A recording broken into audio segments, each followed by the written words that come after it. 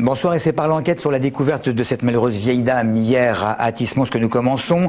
Le drame de la solitude, la vieille dame qui serait décédée il y a au moins 8 mois, assise sur un fauteuil de son appartement. Résidant ici depuis 38 ans, personne ne lui connaissait de famille et pourtant, les enquêteurs ont fini par trouver des parents qui ont été prévenus et qui devraient arriver sur place demain.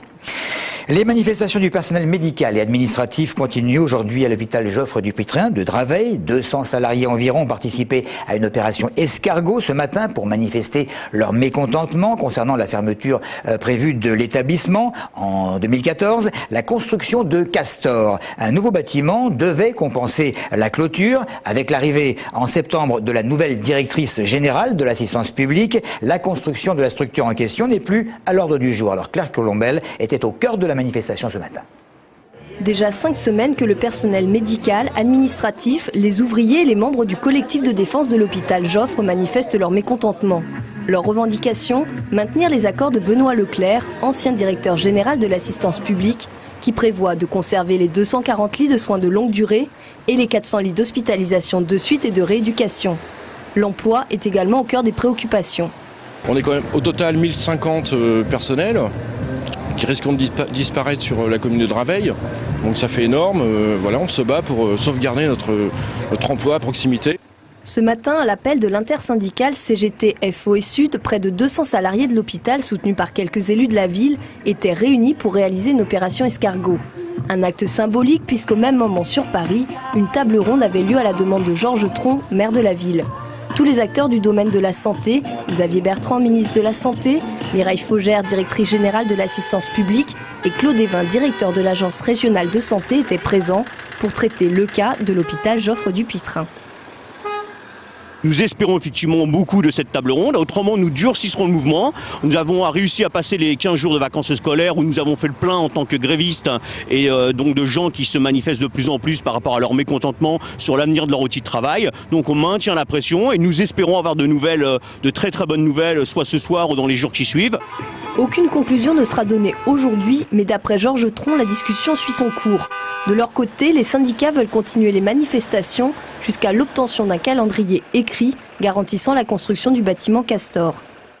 Valérie Pécresse a annoncé une prochaine mesure législative pour obliger les organisateurs de week-ends d'intégration d'étudiants à les déclarer auparavant en préfecture. Il s'agira également de généraliser les contrôles auprès des fournisseurs d'alcool lors de ces soirées étudiantes. Alors là, il faut, comme le suggère l'auteur d'un rapport sur le sujet, endiguer le rapport festif des étudiants à l'alcool. S'il y a un bon encadrement, il n'y a pas de raison qu'il y ait des débordements. Hein. Ça, il faut mettre aussi les moyens en place pour que ça se passe bien, quelle que soit l'école, que ce soit la ville où ça se passe. On fait attention. Déjà, il n'y a pas d'alcool fort, il n'y a que de la bière. Voilà. On a des alcotests et on gère aussi tout ce qui est voiture, les clés, covoiturage, voilà, tout ce genre de choses. On fait très attention quand on voit un jeune partir et qu'il a peut-être un petit coup dans le nez. On regarde comment il rentre et s'il rentre par lui-même ou s'il se fait ramener. Voici à présent les réponses de quelques Essonniens à la question « Pensez-vous qu'il faille réglementer certaines de ces soirées étudiantes ?» Pour moi, il faut la réglementer parce que tout, que ce soit pas uniquement étudiant ou pas, tout doit être réglementé dans la vie. Je suis d'accord pour une restriction, mais pas une restriction totale pour profiter de la soirée un maximum, quoi. Oui, parce que parfois c'est pas très bien encadré et quand il y a les débordements, c'est pas... J'ai vécu 12 ans aux États-Unis et il n'y a pas de réglementation et normalement la limite d'âge pour boire c'est 21 ans et tout le monde arrive à prendre une bouteille et vraiment des fois il y a des gens qui meurent à cause de ça. Ils sortent des boîtes de nuit, un truc comme ça et il y a des questions de voiture, il y a des morts. C'est très dur. La génération de maintenant. Hein. Ouais, peut-être mettre dans ce cas une sécurité dans la soirée, dans la salle même. Si c'est pour l'alcool, etc., sûrement. Parce que bon, quand ils boivent, c'est sûr qu'il y a des dérapages. Bah oui, il faut un peu cadrer tout ça. Enfin, il faut qu'il y ait de la surveillance, je ne sais pas. Il faudrait un minimum de réglementation, mais pas non plus trop, parce que voilà, sinon ça devient chiant. Mais un petit peu, ça serait pas mal de temps en temps, ouais.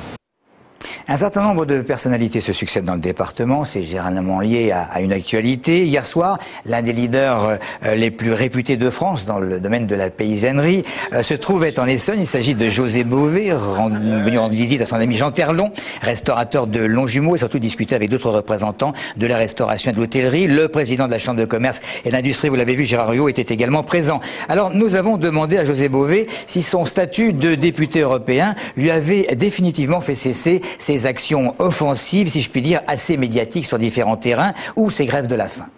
Si on peut peser sur les orientations européennes, sur l'agence d'évaluation, si tout ça on peut le faire et qu'on n'a pas besoin d'agir, ben c'est bien aussi.